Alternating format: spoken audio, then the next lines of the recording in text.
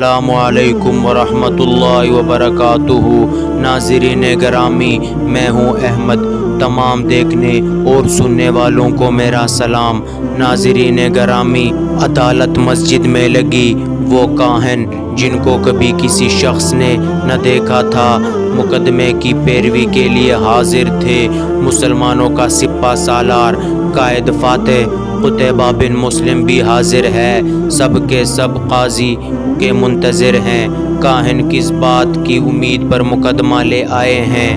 ذرا غور کیجیے۔ ایک فاتح قوم مفتوح علاقوں سے نکل جائے۔ مقدمہ جس شخصیت پر دائر کیا گیا ہے وہ عظیم قائد اور سپہ سالار ہے۔ نگاہیں مسجد کے دروازوں کی طرف لگی ہوئی ہیں کہ کب قاضی داخل۔ حاضرین کو بہت زیادہ دیر نہیں کرنی پڑی۔ ایک چھوٹے قد کا نحیف کا مالک معمولی لباس پہنے ہوئے، سر پر عمامہ دروازے سے داخل ہوا۔ اس کے پیچھے اس کا غلام ہے۔ لوگوں میں سناٹا چھا گیا۔ بعض نے اپنی انگلیاں منہ میں دبا لی۔ اچھا، یہ ہے مسلمانوں کا قاضی، یہ خلیفہ اور سپہ سالار قتیبہ بن مسلم کے خلاف فیصلہ دے گا۔ قاضی نے مسجد کے ایک کونے میں اپنی نشست کو سنبھالا۔ کا غلام اس کے سر پر کھڑا ہے۔ بغیر کسی لقب کے امیر کا نام لے کر اسے بلایا جا رہا ہے کہ وہ عدالت کے سامنے حاضر ہو۔ امیر شہر حاضر ہوا۔ عدالت نے اسے بیٹھنے کا اشارہ کیا اور اب غلام کاہنوں کے سردار کو بلوا کر آیا، جو امیر کے ایک طرف بیٹھ گیا اور عدالت کی گواہی شروع ہوئی۔ قاضی اپنی نہایت پست آواز میں کاہن سے مخاطب ہے۔ بتاؤ تم کیا کہتے ہو؟ اس نے کہا، عظیم قائد قتیبہ بن مسلم ہمارے ملک میں دھوکے سے داخل ہوئے۔ ہمارے سامنے کوئی شرائط نہیں رکھی گئی اور ہمیں اسلام کی دعوت نہیں دی گئی۔ قاضی نے اب امیر کی طرف دیکھا کہ تم کیا کہتے ہو؟ فاتح جرنیل نے قاضی کو دیکھا اور یوں گویا ہوا، قاضی کی خیر ہو۔ لڑائی تو دھوکے کی چالوں پر مبنی ہوتی ہے۔ یہ ملک بہت بڑا، اس ملک باشندوں کو اللہ تعالیٰ نے کفر و شرک سے محفوظ فرمایا ہے اور اسے مسلمانوں کی ملکیت اور وراثت میں دے دیا ہے۔ قاضی، کیا تم نے حملے سے پہلے اہل سمرقند کو اسلام کی دعوت دی تھی یا جزیہ دینے پر کیا تھا، یا دونوں صورتوں میں انکار پر لڑائی کی دعوت دی تھی؟ سپہ سالار، جی نہیں، ایسا تو نہیں ہوا۔ قاضی، تو گویا آپ نے اپنے قصور کا اعتراف کر لیا۔ اب آگے قاضی کے الفاظ پر غور کریں۔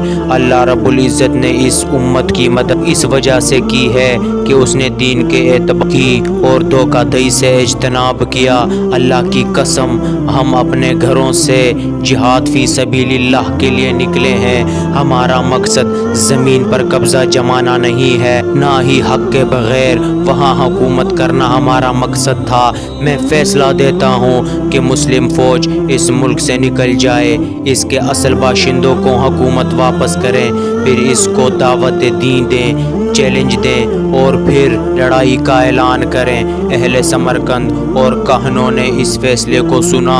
ان کے کانوں اور آنکھوں نے جو سنا اور دیکھا اس پر یقین نہیں آ رہا تھا۔ ہم کہیں تو نہیں دیکھ رہے۔ قاضی نے حکومت کے خلاف فیصلہ دے دیا۔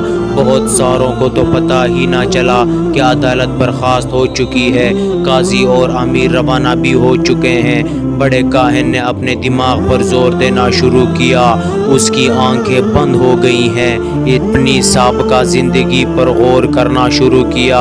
اپنے عقیدے کے بارے میں سوچنے لگا، کتنا ہی عجیب و غریب اس کا عقیدہ ہے۔ اس کا دائرہ کتنا مختصر اور چھوٹا ہے جو صرف کاہنوں کے درمیان گھومتا ہے، اور اب اس کا ذہن اسلام کے حوالے سے سوچ رہا ہے۔ اس کا دائرہ کتنا وسیع اور بڑا ہے۔ خیر سے پھر بھرپور عدل و انصاف کرنے والا دین، یہ دین جس کی سربلندیوں کو سورج کی شعاعیں، چاند کی روشنی پھر چھونے سے قاصر ہے، وہ آنکھیں بند کر کے کتنی ہی دیر بیٹھا رہا۔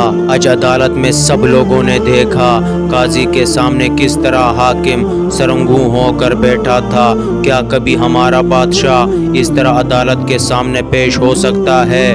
وہ ابھی اس غور و فکر میں تھا کہ اسے گھوڑوں کے چلنے کی آوازیں سنائی دیں، لوگ بازاروں سے گزر رہے تھے، شور برپا تھا۔ اس نے آنکھیں کھولیں، آوازوں کی طرف کان لگائے، پھر اس نے اپنے ساتھیوں سے پوچھا کہ یہ شور کیسا ہے؟ بتایا گیا کہ قاضی کے فیصلے پر عمل درآمد شروع ہو چکا ہے، جیں واپس جا رہی ہیں۔ ہاں، وہ عظیم فوج جس کے سامنے یثرب سے لے کر سمرقند تک کوئی چیز رکاوٹ نہ بن سکی، جس نے کیسر و کسرا اور خاقان کی قوتوں کو پاش پاش کر کے رکھ دیا، جو طاقت بھی اس میں آئی اسے وہ خس و خاشاں کی طرح بہا کر لے گئے۔ مگر آج وہی فوج ایک کمزور سے جسم کے مالک قاضی کے سامنے سرنڈر ہو گئی۔ آج صبح کی بات، ایک شخص جس کے ساتھ صرف ایک غلام تھا، اس نے مقدمہ کی سماعت کی۔ چند منٹوں کی سماعت عدالت میں دو طرفہ بیانات سنے، سپہ سالار کا اقرار اور پھر 2-3 فقروں پر مشتمل فیصلہ۔ مسلمانوں کے کمانڈر کو عدالت نے شہر خالی کرنے کا حکم دے دیا۔ عدالت کے حکم کے مطابق وہ شہر سے نکلنے کے بعد تیاری کے لیے باقاعدہ چیلنج دیں گے اور پھر دوبارہ لڑائی کریں گے۔ کاہن اپنے ساتھیوں کی باتیں سنتا جا رہا تھا، پھر اس نے اپنے آپ سے سوال کیا، کیا اہل سمرقند اس سیل رواں کے سامنے ڈٹ سکیں گے؟ کیا ان کے پاس مقابلے کی قوت ہے؟ دنیا کے تمام ممالک ان کے سامنے جھک گئے، کیا ہمارا باطل دین اس حق کے سامنے ٹھہر سکے گا؟ کیا وہ نور اسلام کا مقابلہ کر پائے گا؟ نہیں، ہرگز نہیں۔ رب کا فیصلہ آ چکا ہے کہ ظلم و ستم کی رات کو ختم ہونا ہے، دنیا پر نئی فجر طلوع ہو رہی ہے، اس نور کے مقابلے میں کوئی بھی نہیں ٹھہر سکتا۔ اس نے اپنے ساتھیوں کی طرف دیکھا اور کہا، تمہاری کیا رائے ہے؟ ہمیں کیا کرنا چاہیے؟ کیا ہم ان کا مقابلہ کر سکیں گے؟ ارے جو ابھی کیوں نہیں دیتے؟ اس نے انہیں پکارا۔ سمرقندی مسلم ایلچی زور سے کہنے لگا، ساتھیوں، میرا فیصلہ اور مشورہ سنتے ہو؟ کان اس کی طرف لگ گئے۔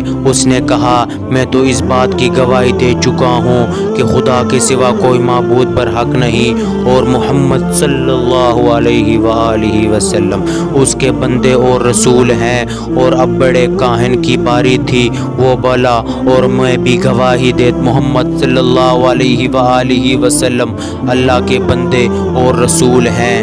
اس سمرقند کی گلیاں اور چوک تکبیر کے نعروں سے گونج رہے تھے، لوگ جوگ در جوگ اسلام میں داخل ہو رہے تھے۔ انہوں نے مجاہدین کے گھوڑوں کی باگیں پکڑ لی، اس ملک سے واپس مت جاؤ، ہمیں اسلامی عدل و انصاف کی ضرورت ہے، ہم نے اپنوں کا راج دیکھا ہے کہ ظلم و ستم سے ہم خوب واقف ہیں، آپ لوگ واپس لوٹ آئیں، ہم سب نے بھی تمہارے دین کو قبول کر لیا ہے۔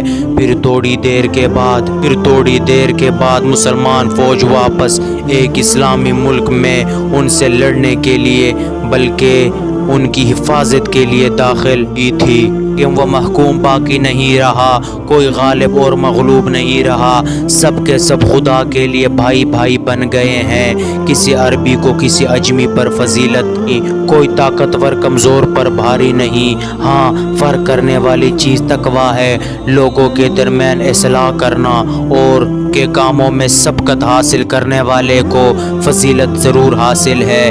اس طرح سمرقند کی سرزمین میں اسلام کی دولت داخل ہو گئی اور اس میں سے کبھی بھی یہ دولت نہیں نکل سکی۔ دوستوں، اگر آپ کو ہماری آج کی ویڈیو پسند آئی ہے تو برائے مہربانی لائک کریں، سبسکرائب کریں اور اپنے دوستوں کے ساتھ شیئر کریں۔